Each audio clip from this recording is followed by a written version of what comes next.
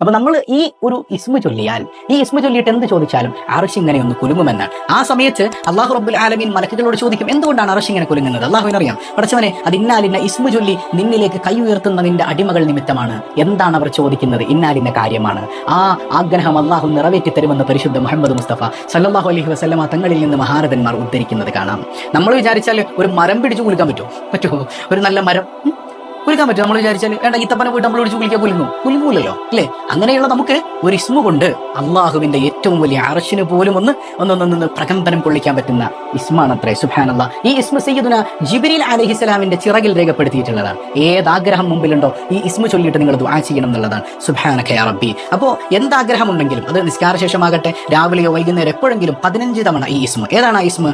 യാ മാലിക്കൽ മുൽക്കി, ശ്രദ്ധിക്കണം, യാ മാലിക്കൽ മുൽക്കി യാ ദൽ ജലാലി വൽ ഇക്റാം യാ അല്ലാഹ്.